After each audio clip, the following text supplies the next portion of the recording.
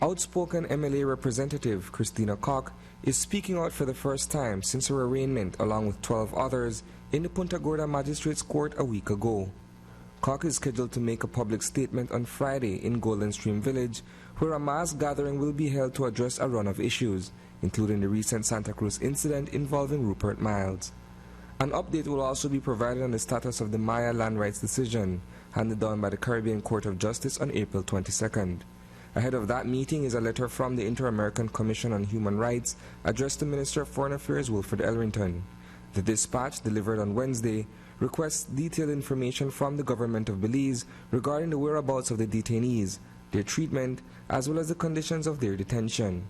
The Inter-American Commission sent a letter to the government asking it to give information specifically about the Maya individuals who were arrested last week, the reasons for those arrests, and what the government is doing to ensure the human rights of all in the general context within which those arrests took place.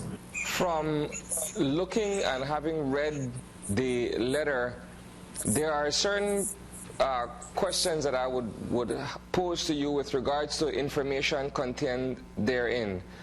Specifically, the fact that it is asking about the whereabouts of these individuals and the conditions of their detention.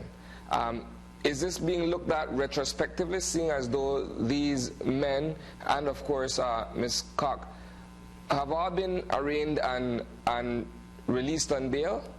The request for precautionary measures was made to the Commission before the arrests were made, and actually right around the time they were being made. And so the Commission is operating on the basis of the information available to it at that time.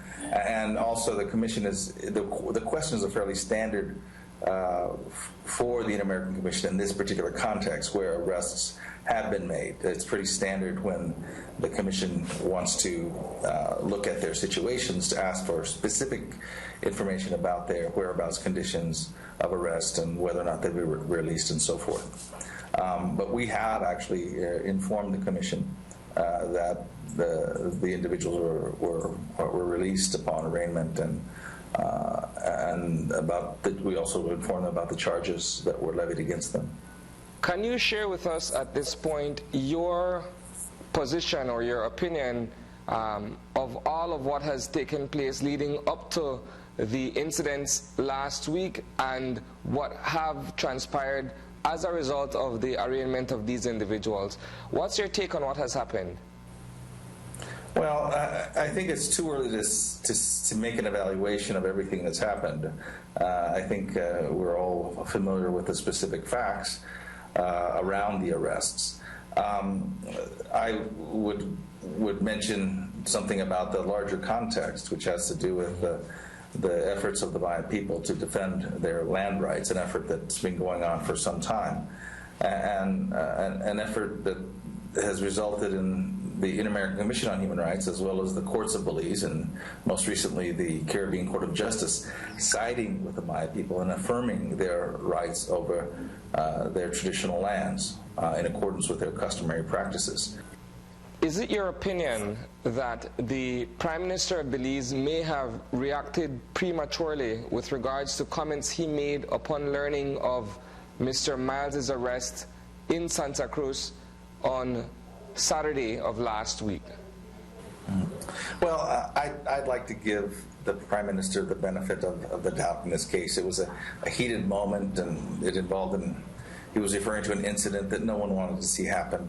I would hope that in more sober moments, the Prime Minister and the government officials more generally would look at the obligations that the government has to protect the rights of the Maya people in accordance with the judgments of the lower courts in Belize, the Supreme Court of Belize, the Court of Appeal, and most recently the order by the Caribbean Court of Justice, which affirm Maya land rights and specifically call upon the government to take the measures to secure and protect those rights, and the government has accepted that. Reporting for News 5, I am Isani Kayatano.